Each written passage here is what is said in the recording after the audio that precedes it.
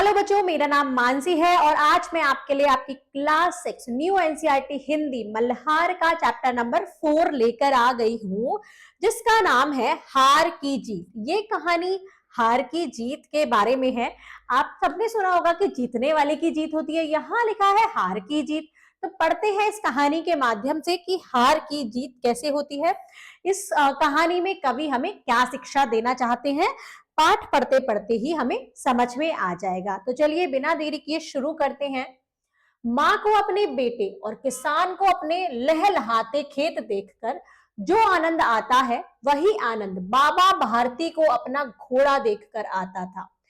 तो यहाँ पर ये कहानी है बाबा भारती के बारे में। तो यहाँ पर बताया गया है कि कोई माँ अगर अपने बेटे को देखे तो वो भी बहुत खुश होती है।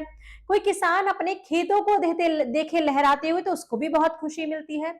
वही खुशी या वही आनंद बाबा भारती को अपना घोड़ा देखकर आता था। भगवत भजन से जो समय बचता वह घोड़े को अर्पण हो जाता। मतलब भगवत भजन करते थे, अपने भजन कीर्तन सब करते थे, पर जो समय बचता था सारा समय वो घोड़े के साथ ही बिताते थे। वह घोड़ा बहुत बड़ा सुंदर था, बड़ा बलवान। उसके जोड़ का घोड़ा सारे इलाके में ना था। बाबा भारती से सुल्तान कहकर पुकारते, अपने हाथ से खरहरा करते, खुद दाना खिलाते और देख देख प्रसन्न होते थे। उनका रुपया, माल, असबाब, जमीन आदि अपना सब कुछ छोड़ दिया था उन्होंने। मतलब अपना सब चीज छोड़ दी।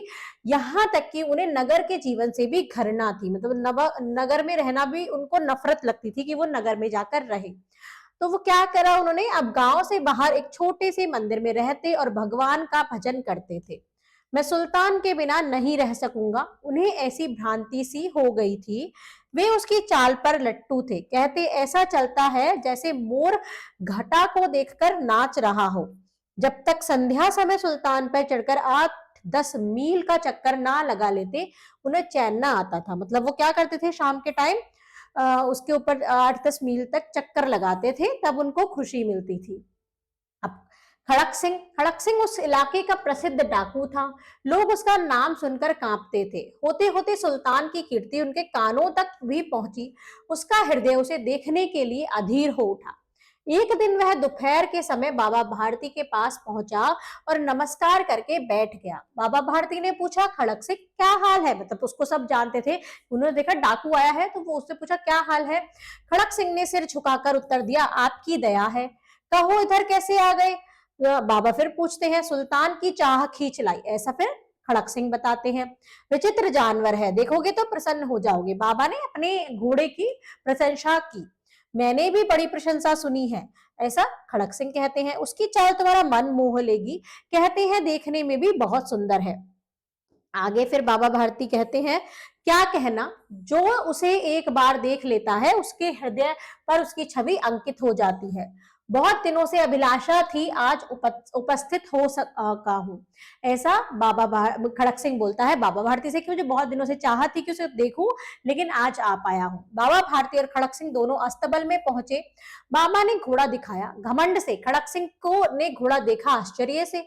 उसने सैकड़ों घोड़े देखे थे, परंतु ऐसा बांका घोड़ा उसकी आंखों से कभी ना गुजरा था। सोचने लगा, भाग्य की बात है, ऐसा घोड़ा खड़क सिंह के पास होना चाहिए था। इस साधु को ऐसी चीजों से क्या लाभ? वो सोचता है कि तो साधु हैं, ऐसे साधु महात्मा ऐसे कितने बढ़िया घोड़े का क्या करेंगे, ये तो मेरे पास होना चाहिए। कुछ देर तक आश्चर्य से चुपचाप खड़ा रहा। इसके पश्चात उसके हृदय में हलचल होने लगी। बालकों की सी अधीरता से बोला, परंतु बाबा जी इसकी चाल ना देखी तो क्या, मतलब मैं इसको चलता हुआ देखना चाहता हूँ। बाबा भारती भी मनुष्य ही थे। अपनी चीज की प्रशंसा दूसरे के मुख से सुनने के लिए उनका हृदय भी अधीर हो गया। वो मतलब चाहते थे कि घोड़ा चलते हुए देखे देखे और भी इसकी प्रशंसा करे। घोड़े को खोलकर बाहर लाए और उसकी पीठ पर हाथ फेरने लगे। एकाएक उचक कर सवार हो गए। घोड़ा हवा से बातें करने लगा। उनकी चाल को देखकर खड़क सिंह के हृदय पर सांप लौट गया। मतलब वो उसकी जो घोड़े की चाल थी, सांप लौट गया, मतलब वो एकदम मचल गया कि मतलब उसकी चाह में। वह डाकू था और जो वस्तु से पसंद आ जाए उस पर वह अपना अधिकार समझता था। डाकू लोग ऐसे होते हैं कि जो उनको अच्छा लगे वो सोचते हैं, मतलब वो हक जमा लेते हैं उस पर। उसके पास बाहुबल था, मतलब वो बहुत ही शक्तिशाली था। आदमी थे और बेरहमी थी, मतलब बहुत सारे आदमी थे जो जिनकी मदद से वो डाका डालता था, और बेरहमी थी। जाते जाते उसने कहा, बाबा जी मैं ये घोड़ा आपके पास ना रहने दूंगा। मतलब उसने डाकू था तो जब उसको पसंद आया उसने बाबा से भी ऐसा बोल दिया कि ये घोड़ा आपके पास नहीं रहेगा। अब बाबा भारती तो डर गए। अब उन्हें रात को नींद ना आती, सारी रात अस्तबल की रखवाली में कटने लगी। प्रतिक्षण खड़क सिंह का भय लगा रहा कि वो आकर उसे ले ना जाए, परंतु कई मास बीत गए और वह नहा आया। यहां तक कि बाबा भारती कुछ असावधान हो गए और इस भय को स्वप्न के भय की नाई मिथ्या समझने लगे। मतलब उन्होंने सोचा कि उन्होंने कोई बुरा सपना देखा है, उसको वो ऐसा समझने लगे। संध्या का समय था। बाबा भारती सुल्तान की पीठ पर सवार होकर घूमने जा रहे थे। इस समय उनकी आंखों में चमक थी, मुख पर प्रसन्नता। कभी घोड़े के शरीर को देखते, कभी उसके रंग को, और मन में फूले ना समाते थे।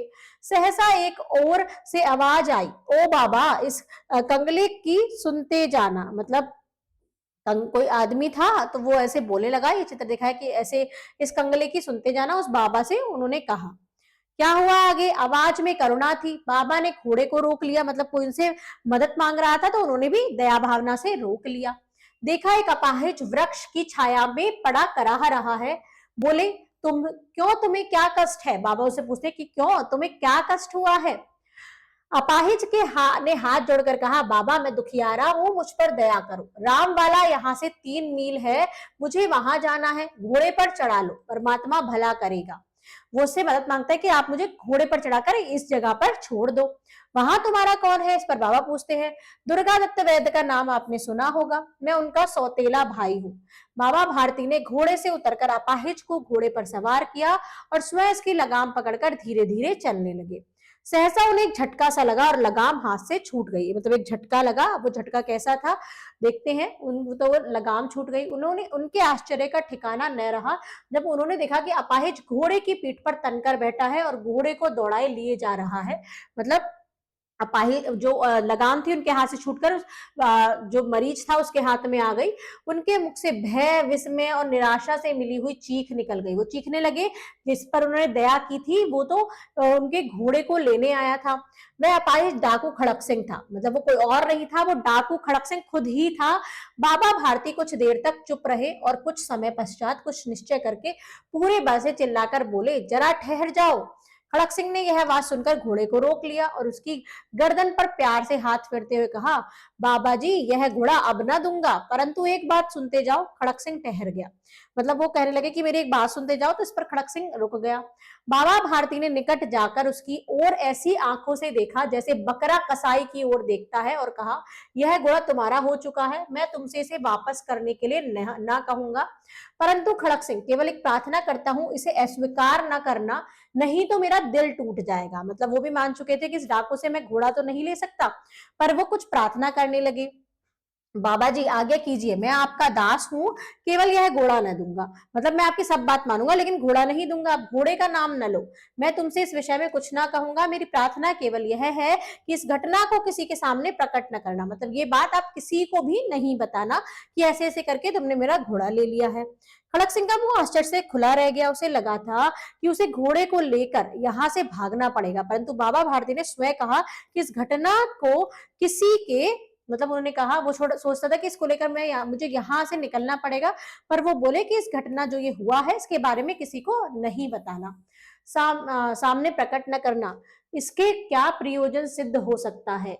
खड़क सिंह ने बहुत सोचा, बहुत सिर मारा, परंतु कुछ समझ न सका। हार कर उसने अपनी आंखें आंखें बाबा भारती के मुख पर गड़ा दी और पूछा, बाबा जी इससे आपको क्या डर है? अगर ये बात सबको पता चल जाएगी तो आपको इससे क्या दुख है, क्या डर है? सुनकर बाबा भारती ने उत्तर दिया, लोगों को यदि इस घटना का पता चला तो वे किसी गरीब पर विश्वास न करेंगे। उन्होंने क्या कहा कि जैसे मैंने तुम पर विश्वास किया और तुमने मेरे साथ विश्वासघात किया, तो अगर तुम ये सबको बता दोगे तो कोई अगर दुख में भी होगा तो अगर उसको हेल्प की जरूरत होगी तो कोई नहीं करेगा, दुनिया से विश्वास उठ जाएगा। यह कहते कहते सुल्तान की ओर से इस तरह मुंह मोड़ लिया जैसे उनका उससे कभी कोई संबंध ही ना रहा हो। अब बाबा भारती चले गए, परंतु उसके शब्द खड़क सिंह के कानों में उसी प्रकार गूंज रहे थे। सोचता था कैसे ऊंचे विचार है, कैसा पवित्र भाव है। उन्हें इस घोड़े से प्रेम था, इसे देखकर उनकी मुख फूल की नाई खिल जाता था। कहते थे इसके बिना मैं ना रह सकूंगा। इसकी रखवाली में वे कई रात सोए नहीं, भजन भक्ति ना कर रखवाली करते रहे, परंतु आज उनके मुख पर दुख की रेखा तक दिखाई ना पड़ती थी। उन्हें केवल यह ख्याल था कि कहीं लोग गरीबों पर विश्वास करना ना छोड़ दे। मतलब अपनी सबसे प्रिय चीज चले जाने के बाद भी उन्हें ये नहीं था कि कोई मतलब उनको घोड़ा चाहिए या कुछ ऐसा चाहिए, बस उनको ये था कि ये बात पता चलेगी तो लोग गरीबों पर विश्वास नहीं करेंगे। रात के अंधेरे में खड़क सिंह बाबा भारती के मंदिर में पहुंचा। चारों ओर सन्नाटा था, आकाश में तारे टिमटिमा रहे थे, थोड़ी दूर पर गांव के कुत्ते भौंक रहे थे, मंदिर के अंदर कोई शब्द सुनाई न देता था। खड़क सिंह सुल्तान की बाह पकड़े हुए था, मतलब सुल्तान को लेके आया था। वह धीरे धीरे अस्तबल के फाटक तक पहुंचा। फाटक खुला पड़ा था। किसी समय वहां बाबा भारती स्वयं लाठी लेकर पहरा देते थे, मतलब वो पहरा देते रहते थे कि कहीं खड़क सिंह उसे ले ना जाए। परंतु आज उन्हें किसी चोरी, किसी डाके का भय न था। खड़क सिंह ने आगे बढ़कर सुल्तान को उसके स्थान पर बांध दिया और बाहर निकलकर सावधानी से फाटक बंद कर दिया। मतलब वो सुल्तान को वहां बांधकर जाने लगा वापस देकर। इस समय उसकी आंखों में पश्चाताप के आंसू थे। रात्रि का तीसरा पहर बीत चुका था। चौथा पहर आरंभ होते ही बाबा भारती ने अपनी कुटिया से बाहर निकलकर ठंडे जल से स्नान किया। उसके पश्चात इस प्रकार जैसे कोई सपन में चल रहा हो उनके पांव अस्तबल की ओर बढ़े। मतलब उन्हें पता नहीं था, फिर भी उनके जो पैर हैं वो अस्तबल की तरफ बढ़ते चले गए। परंतु फाटक पर पहुंचकर उन्हें अपनी भूल प्रतीत हुई। वहां फाटक पर पहुंचे, लगा कि मैं गलत आ गया हूं, यहाँ तो वो है ही नहीं, मेरा घोड़ा है ही नहीं। साथ ही घोर निराशा के ने पांव को मन भर कर भारी बना लिया। वे वहीं रुक गए। घोड़े ने अपनी स्वामी के पांव की चाप को पहचान लिया और जोर से हिनहिनाया। मतलब घोड़े को भी पता चल गया कि मेरे स्वामी यहाँ आ रहे हैं, तो वो हिनहिनाने लगा। बाबा भारती आश्चर्य और प्रसन्नता से दौड़ते हुए अंदर घुसे। अपने घोड़े के गले से लिपटकर इस प्रकार रोने लगे मानो कोई पिता बहुत दिन से बिछड़े पुत्र से मिल रहा हो। बार बार उसकी पीठ पर हाथ फेरते, बार बार उसके मुंह पर थपकियां देते और कहते थे, अब कोई गरीबों की सहायता से मुंह ना मोड़ेगा। मतलब कोई ऐसा नहीं करेगा कि गरीबों की सहायता ना हो। थोड़ी देर बाद जब वह अस्तबल से बाहर निकले तो उनकी आंखों से आंसू बह रहे थे। ये आंसू उसी भूमि पर ठीक उसी जगह गिर रहे थे जहां बाहर निकलने के बाद खड़क सिंह खड़ा होकर रोया था। खड़क सिंह भी, मतलब वो डाकू भी रोया कि बाबा भारती कितने मतलब अपनी सबसे मनपसंद चीज देने को तैयार हो गए सिर्फ इस वजह से कि लोग गरीबों पर विश्वास करने लगे। दोनों के आंसुओं का उस भूमि की मिट्टी पर परस्पर मेल हो गया। मतलब वहीं खड़े होकर खड़क सिंह रोया, वहीं खड़े होकर बाबा भारती। यहाँ पर इस पाठ में पता चला कि हारने के बाद भी जीत कैसे हुई, हार की जीत कैसे हुई, वो भी बिना लड़े। तो ये कहानी लिखी है सुदर्शन जी ने, इनके कवि हैं सुदर्शन जी। आगे पढ़ते हैं, कवि से परिचय ले लेते हैं, लेखक से परिचय। यह कहानी हिंदी की प्रसिद्ध कहानियों में से एक है और इसे हिंदी के प्रसिद्ध लेखक सुदर्शन ने लिखा है। सुदर्शन का वास्तविक नाम बद्रीनाथ भट्ट था। उन्होंने पहली कहानी तब लिखी थी जब वे आप ही की तरह छठी कक्षा में पढ़ते थे। तो 6 क्लास में ही उन्होंने अपनी पहली कहानी लिख दी थी। अब देखिए, आप 6 क्लास में हैं तो उन्होंने 6 क्लास में कितने छोटे होंगे जब एक कहानी लिखी।